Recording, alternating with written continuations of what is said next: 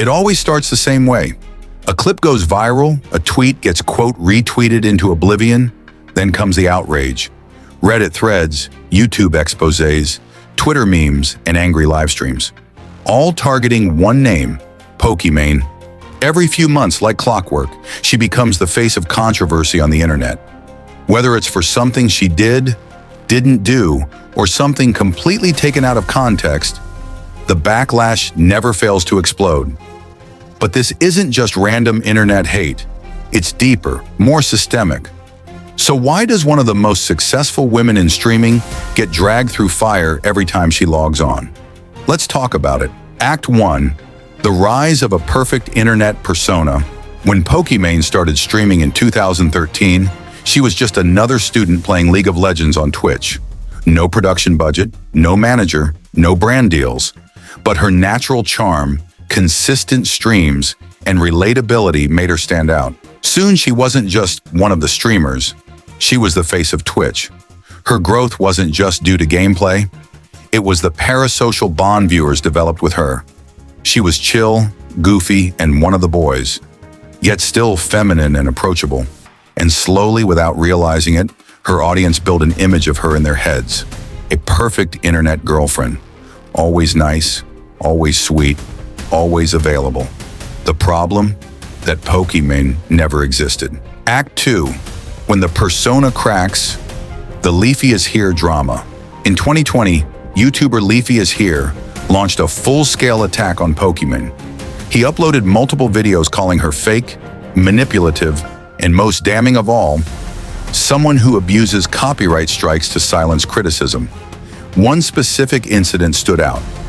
Pokimane had previously filed copyright claims against YouTubers who used her live stream clips and commentary videos, some of them critical of her.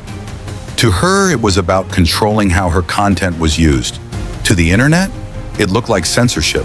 Leafy's videos got millions of views. Other commentary channels like Keemstar and Some Ordinary Gamers joined in. She was labeled the Queen of DMCA Abuse, and that label stuck. Even after she apologized publicly and clarified her stance, the narrative had already taken hold. In the eyes of many, she wasn't just wrong, she was dangerous to the creator community. It didn't help that YouTube's copyright system was already seen as flawed and easily abusable. Her actions became the perfect example of everything people hated about it. Act 3. Simp culture and the parasocial backlash.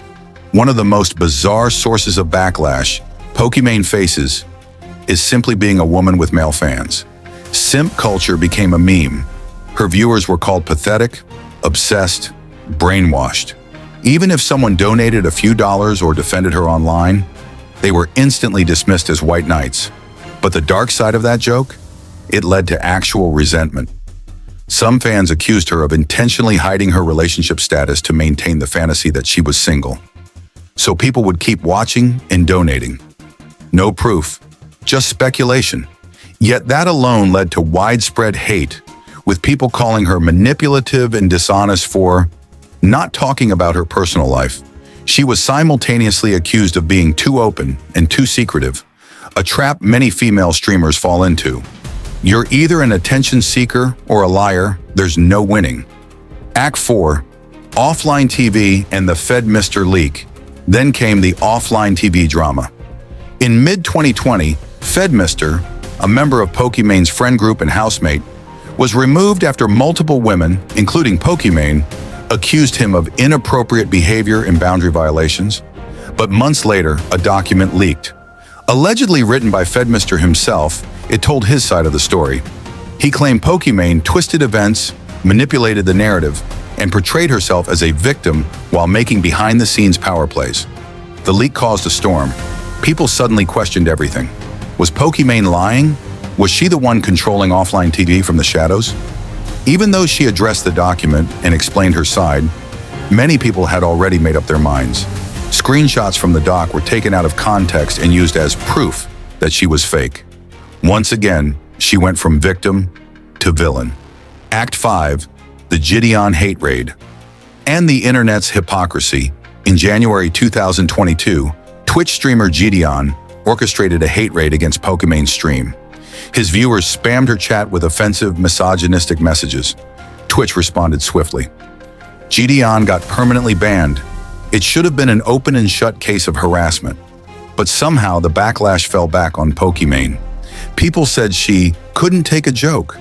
They mocked her for ending her stream early. Some even blamed her for Gideon's ban, even though it was Twitch's decision. Pokimane was criticized for enforcing boundaries, for simply wanting to stream without being attacked. And the hate didn't stop there. People began making false rumors. Edited clips were circulated. She was accused of using her influence to ruin others' careers. Even when she had done nothing wrong, she was still the enemy. Act 6. The Ninja and Jessica Blevins. Fallout. As the Gideon drama escalated, Ninja, one of Twitch's biggest streamers, got involved. He made comments suggesting he would talk to his Twitch rep on Gideon's behalf. When Pokimane pointed that out, Ninja's wife and manager, Jessica Blevins, jumped in. What followed was a tense exchange of statements, Instagram DMs, and even legal threats. Jessica accused Pokimane of misrepresenting Ninja's intentions. Pokimane clapped back, saying everything she said was backed by clips and screenshots. Again, public opinion split. Some sided with Ninja, claiming Pokimane was dragging drama for clout. Others pointed out how she was being gaslit and pressured simply for speaking out. Either way, the narrative was clear. When Pokimane defends herself, it becomes drama. When others attack her, it's just jokes. Act 7. Double standards and racial bias. There's a darker element to all of this that rarely gets addressed. Pokimane is not just a woman, she's a woman of color, Moroccan, Muslim, North African, and much of the hate she receives carries an undercurrent of racism and misogyny. People mock her real name, her accent, her appearance. She's been called racial slurs on live streams, faced Islamophobic remarks, and whenever she talks about these issues, the response is always the same. Stop playing the victim. But it's not just victimhood, it's reality. And many of her male counterparts have done worse without facing even a fraction of the backlash she gets. Act 8. Every move is scrutinized. Even outside of drama, Pokimane is one of the most closely watched creators online. She tweets a meme, people find a way to twist it. She makes a joke on stream, it becomes a headline. She doesn't stream for a week. People say she's lazy. She streams too much. They say she's addicted to fame. At one point, people made 20-minute breakdown videos about her facial expressions during a podcast, claiming she looked bored, arrogant, or fake laughing. The bar is constantly shifting, and she's expected to clear it every single time. Act 9. Burnout and the need to disconnect. In 2022, Pokimane announced she was stepping back from streaming full-time. She spoke openly about burnout, anxiety, and the need to find herself outside of the internet. She said, "I don't want to be tied down to a streaming identity forever." And that scared people, because for some, Pokimane isn't a person. She's a product, an idea, a symbol. Her stepping back felt like abandonment, but it was also her taking back control of her life after years of being picked apart by strangers who thought they owned her. Conclusion. Why does Pokimane get so much hate? At the end of the day, the backlash against Pokimane isn't about one incident, one tweet, or one live stream. It's about how the internet treats successful women, especially those who don't conform to what people expect. She became a lightning rod not because she wanted controversy, but because she refused to be silent. Every time she spoke up, set boundaries, or defended herself, it was seen as an offense, and the internet punished her for it again and again. But here's the real question we should all be asking. If someone like Pokimane, who built a career from nothing, stayed mostly scandal-free, and gave back to her community, can be vilified this easily, then what hope does anyone else have? This isn't just a story about one streamer. It's a reflection of how social media builds people up just to tear them down. So before we jump on the next hate train, maybe it's time we ask ourselves who's really pulling the strings. If you found this video insightful, give it a like. It helps the algorithm push meaningful stories like this to more people. Got thoughts on the controversy? Let's talk in the comments. Your take matters. And if you want more deep dives into the untold stories behind internet fame, Hit that subscribe button and turn on the bell so you don't miss what's coming next. Thanks for watching.